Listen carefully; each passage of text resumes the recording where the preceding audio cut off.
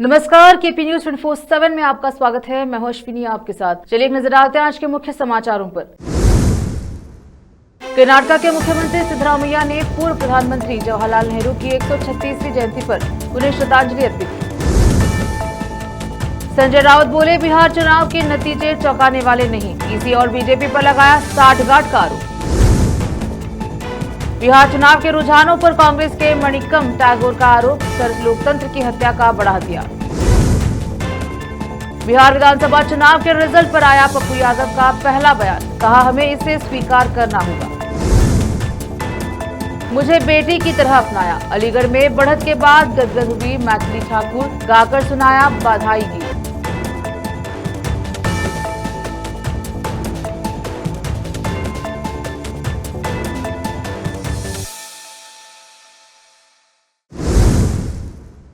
अब समाचार विस्तार से। कर्नाटक के मुख्यमंत्री सिद्धरामैया ने पूर्व प्रधानमंत्री जवाहरलाल नेहरू को उनकी 136वीं जयंती के अवसर पर बेंगलुरु में श्रद्धांजलि अर्पित की। संगारेड्डी जिला के जहीराबाद में एमएस क्रिएटिव स्कूल के निदेशक सोहेल अहमद खान, प्रिंसिपल फरहान तंजीन ने 14 नवंबर को चिल्ड्रंस डे के मौके पर एमएस क्रिएटिव स्कूल में छात्र और शिक्षक के साथ जहीराबाद एरिया अस्पताल में फूड डिस्ट्रीब्यूशन खाना वितरित किया। एमएस क्रिएटिव स्कूल ने इस बार छात्रों में जागरूकता लाने के लिए कार्यक्रम किया। इस मौके पर एरिया अस्पताल के सुपरिटेंडेंट डॉक्टर श्रीधर भी मौजूद रहे। एमएस क्रिएटिव स्कूल के निदेशक सोहेल अहमद खान ने मीडिया से बात करते हुए सभी शिक्षक, छात्रों और गैर शिक्षण कर्मचारियों को धन्यवाद दिया। जहीराबाद से मोहम्मद नेमतुल्लाह की रिपोर्ट। अस्सलाम वालेकुम वरहमतुल्लाहि वबरकातुहू। मैं Sohail Ahmed Khan, director MS creative school Zaheerabad. आज जैसे कि 14 नवंबर को चिल्ड्रंस डे की सबको मुबारकबाद। इस मौके पे एमएस जहीराबाद स्कूल मैनेजमेंट के तहत एक नया इनिशिएटिव लिया गया है। तमाम हमारे 5th, 6th and 7th class के 8th क्लास के बच्चों को गवर्नमेंट एरिया हॉस्पिटल को लेके गए हैं। इसके तहत फूड सर्विंग प्रोग्राम रखा गया था। जैसे 14 नवंबर को अमूमन बच्चों के गेम्स वगैरह होते हैं और क्विज़ होते हैं, कुछ एक्टिविटीज़ किए जाते हैं। उसके अलावा कुछ नया इनिशिएट करें ताकि उनको एक अवेयरनेस आए कि खाली गेम्स के अलावा भी बच्चों में कि सर्विंग कैसा किया जाए, कैसे चार्टिंग होती है, उनमें के अवेयरनेस के लिए प्रोग्राम किए हैं। माशाल्लाह बहुत अच्छी तरीके से प्रोग्राम हुआ है। इसके लिए मैं हमारे मैनेजमेंट को, प्रिंसिपल मैम को, तमाम teaching staff, non teaching staff को इसका शुक्रिया अदा करता हूँ। एंड इंशाल्लाह आगे भी चल के ऐसे कुछ काम करते रहेंगे। जज़ाकल्लाहु खैर। बिहार विधानसभा चुनाव के रिजल्ट अब लगभग साफ हो चुके हैं। शुरुआती रुझानों में भारतीय जनता पार्टी, जनता दल, लोजपा और कुछ अन्य दलों के गठबंधन ने निर्णायक बढ़त बना ली है। वहीं आरजेडी, कांग्रेस, लेफ्ट और वीआईपी के महागठबंधन का प्रदर्शन काफी खराब रहा। अब इस चुनाव परिणाम के सामने आने के बाद कांग्रेस कार्यकर्ताओं का गुस्सा फूट पड़ा है। कांग्रेस कार्यकर्ता भाजपा के खिलाफ विरोध प्रदर्शन कर रहे हैं और आरोप लगा रहे हैं कि कांग्रेस के कार्यकर्ताओं ने बिहार विधानसभा चुनाव के परिणाम के विरोध में 24 अक्टूबर रोड पर विरोध प्रदर्शन किया है। कांग्रेस में कार्यकर्ताओं ने आरोप लगाया कि केंद्र सरकार ने बिहार चुनाव को लूट लिया है। अगली बार बंगाल की है राहुल गांधी सेना के सदस्यों के 24 अकबर रोड स्थित कांग्रेस कार्यालय में वोट चोरी, गद्दी छोड़ पहले लड़े गोरों से अब लड़ेंगे चोरों से के नारे लगाए। रोकते हैं समाचारों का सिलसिला, लेते हैं छोटा सा ब्रेक।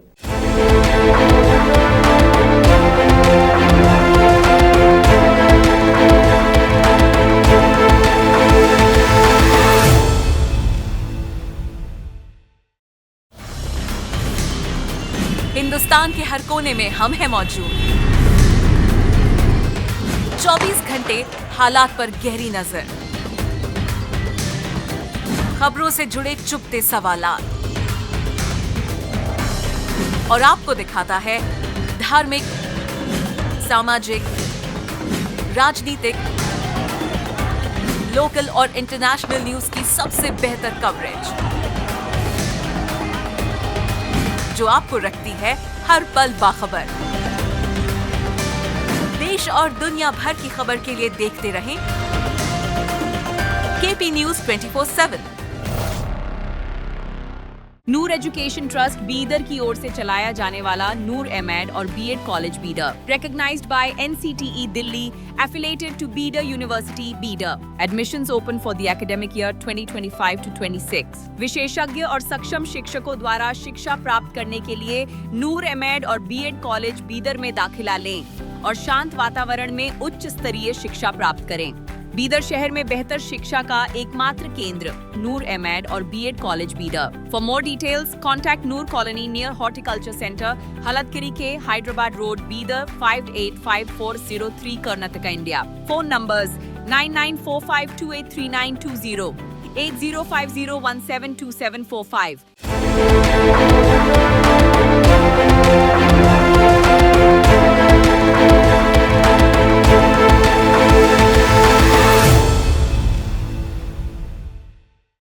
ब्रेक के बाद स्वागत है आपका, देखते हैं समाचार। बिहार चुनाव के रुझानों में राष्ट्रीय जनतांत्रिक गठबंधन को बड़ी जीत मिलती नजर आ रही है। इसी बीच शिवसेना के नेता संजय रावत ने शुक्रवार को कहा कि चुनाव नतीजे चौंकाने वाले नहीं हैं। उन्होंने दावा किया कि चुनाव आयोग और बीजेपी ने मिलकर अपना राष्ट्रीय एजेंडा पूरा किया। रावत ने यह भी कहा है कि बिहार के ये नतीजे 2024 के महाराष्ट्र विधानसभा चुनाव की तरह ही है, जहां सत्तारूढ़ महायुति गठबंधन को बड़ी जीत मिली थी। बीजेपी के नेतृत्व वाला एनडीए बिहार में बहुमत से कहीं आगे नजर आ रहा है। शुरुआती रुझानों में 243 सीट में से 180 से ज्यादा सीट पर एनडीए मजबूत बढ़त बनाए हुए थे। इसी के साथ भी माना जा रहा था कि भाजपा अब तक की अपनी सबसे बड़ी सीट संख्या हासिल कर सकती है। रावत ने एक्स पर कहा कि बिहार के नतीजों में महाराष्ट्र पैटर्न साफ नजर आ रहा है। उनका इशारा 2024 के महाराष्ट्र चुनाव की तरफ था, जिसमें विपक्षी महाविकास अघाड़ी को हार झेलनी पड़ी थी। बिहार में महागठबंधन के पिछड़ने पर राज्य के वरिष्ठ पर्यवेक्षक अशोक गहलोत ने कहा है कि बिहार के नतीजे निराशाजनक है, इसमें कोई शक नहीं है। मैंने वहां जिस तरह का माहौल देखा, महिलाओं को 10-10 हजार रुपए दिए गए, ये तब भी दिए जा रहे थे जब चुनाव प्रचार चल रहा था। चुनाव आयोग मुखदर्शक बना रहा, उसने इसे क्यों नहीं रोका? इसे रोकना चाहिए था, लेकिन नहीं रोका। इसका मतलब है कि राहुल गांधी ने जो वोट चोरी के लिए कहा, वोट चोरी यही है। अगर निष्पक्ष चुनाव नहीं होते हैं, अगर धांधली होती है, अगर बोपोत कैप्चरिंग होती है, धोखाधड़ी होती है, पैसा बांटा जाता है, चुनाव आयोग ने कोई कार्यवाही नहीं की। वे सत्ताधारी पार्टी के साथ मिलीभगत कर रहे हैं। इन दिनों पैसे का दुरुपयोग हो रहा है। महाराष्ट्र में उम्मीदवारों को करोड़ों रुपए दिए गए। कांग्रेस और आरजेडी के पास पैसा नहीं, इसलिए लोकतंत्र पर खतरा मंडरा रहा है। चुनाव जीतना एक बात है, एनडीए जीतेगा और सरकार बनाएगा। मोदी जी 3 बार प्रधानमंत्री बने, लेकिन मेरा मानना है कि कांग्रेस की विचारधारा ही देश के हित में है। देश को कांग्रेस की जरूरत है। उन्होंने चुनावी बॉन्ड के जरिए पैसा इकट्ठा किया। एक तो जो महिलाओं को 10-10 हजार रुपये दिए गए, प्रीमा फेसे मैं कह सकता हूँ, प्रथम दृष्टिया तो मुझे लगता है 10-10 हजार रुपये दिए गए। वो चुनाव कैंपेन चल रहा तब भी बांटे जा रहे थे। राजस्थान में हम टेलीफोन बांट रहे थे, मोबाइल फोन बांट रहे थे। जिस दिन आचार संहिता लागू हुई उसी वक्त मोबाइल फोन बटना बंद, बल्कि जो पेंशन थी बुजुर्गों की, विधवाओं की, निसज्जनों की, बंद, बांट नहीं सकते आप। और बिहार में सब बढ़ रहे थे, पेंशन बढ़ रही थी, पैसा बढ़ रहा था। 10,000 रुपये बिहार जैसे प्रदेश में महिलाओं को मिल जाए तो आप सोच सकते क्या हो सकता है। एक तो वो फैक्टर भी था, और उसी में आता फिर इलेक्शन कमीशन मुखदर्शक बना रहा। उसने क्यों नहीं रोका? 10,000 रुपये बढ़ रहे थे, चुनाव चलते हुए इलेक्शन कमीशन रोकना ही था, उसको रोका ही नहीं उन्होंने, रास्ता में रोक दिया। बिहार के नतीजों पर बोलते हुए कांग्रेस सांसद मनिक्कम टैगोर ने 14 नवंबर को आरोप लगाया कि इस प्रक्रिया में 60 लाख मतदाताओं के नाम हटाए गए। उन्होंने यह भी आरोप लगाया कि एसआईआर लोकतंत्र की हत्या का एक बहुत बड़ा हथियार है। एसआईआर चुनाव से ठीक पहले बिहार में किया गया था। इस प्रक्रिया में 60 लाख मतदाताओं के नाम हटाए गए। कुल मतदाताओं में से 10% हटाए गए और उनमें से अधिकांश विपक्षी मतदाता थे। एसआईआर चुनाव से ठीक पहले वोट चोरी का एक और माध्यम बन गया। बीजेपी और जेडीयू सिर्फ एसआईआर की वजह से ही जीत पा रहे थे।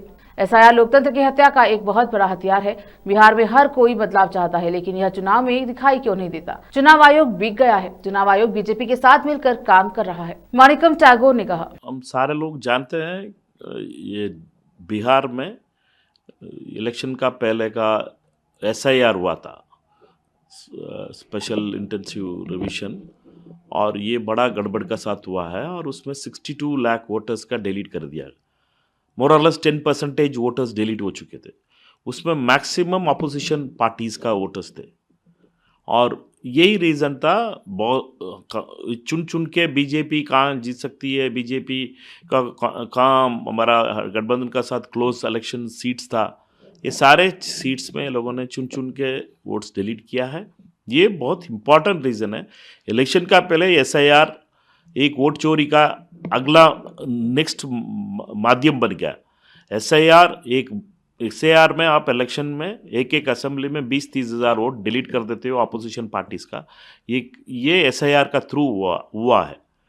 उसी एसआईआर का बाद इलेक्शन हुआ है और इस इलेक्शन में रिजल्ट अपोजिशन वोटर्स का डिलीट होने के बाद, चुन चुन के डिलीट होने के बाद यही।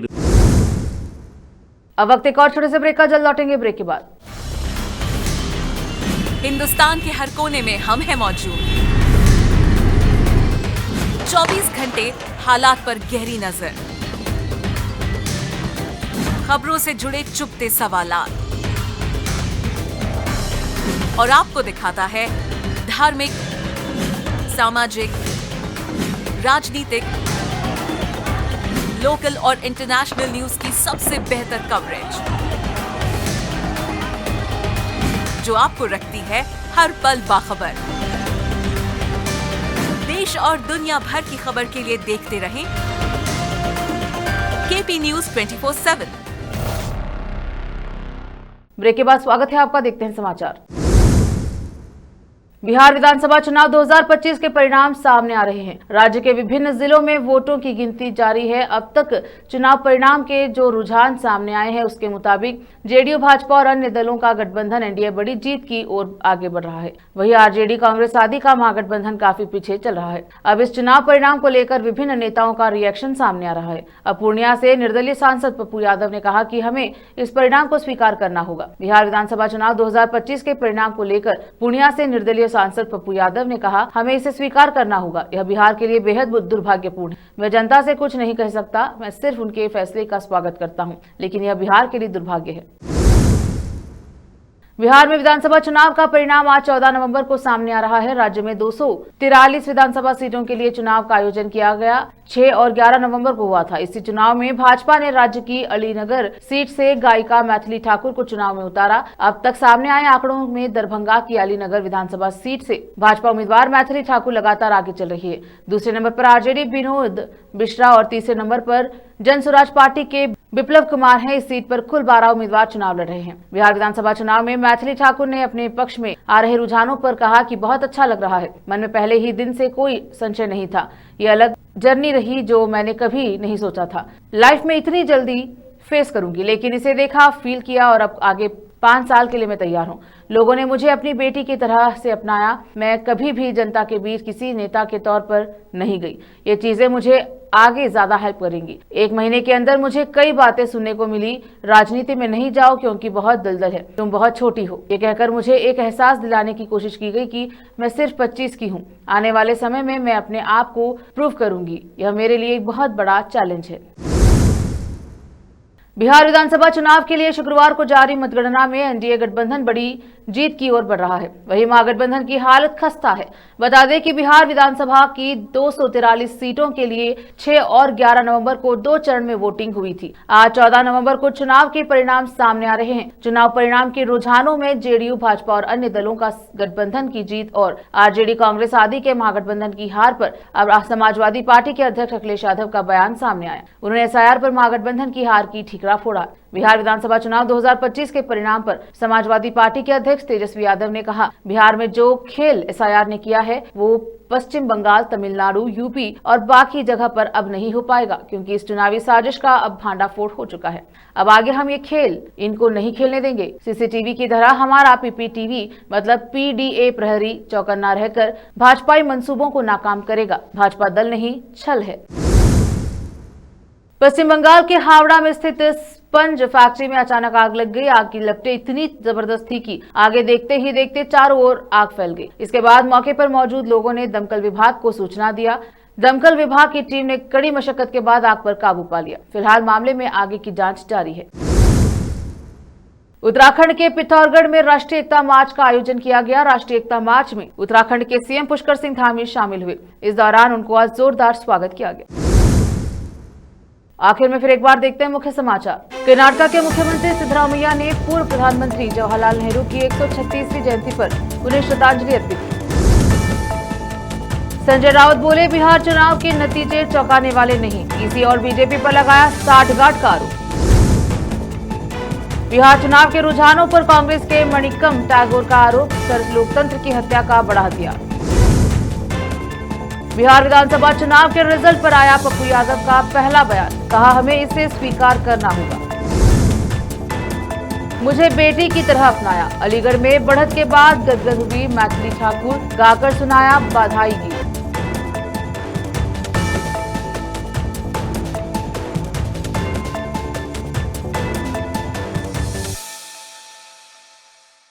केपी न्यूज के बुलेटिन में अब तक के लिए इतना ही। देखते रहे केपी न्यूज 24/7। देश विदेश और स्थानीय समाचारों के लिए चैनल को लाइक शेयर सब्सक्राइब जरूर करें। धन्यवाद।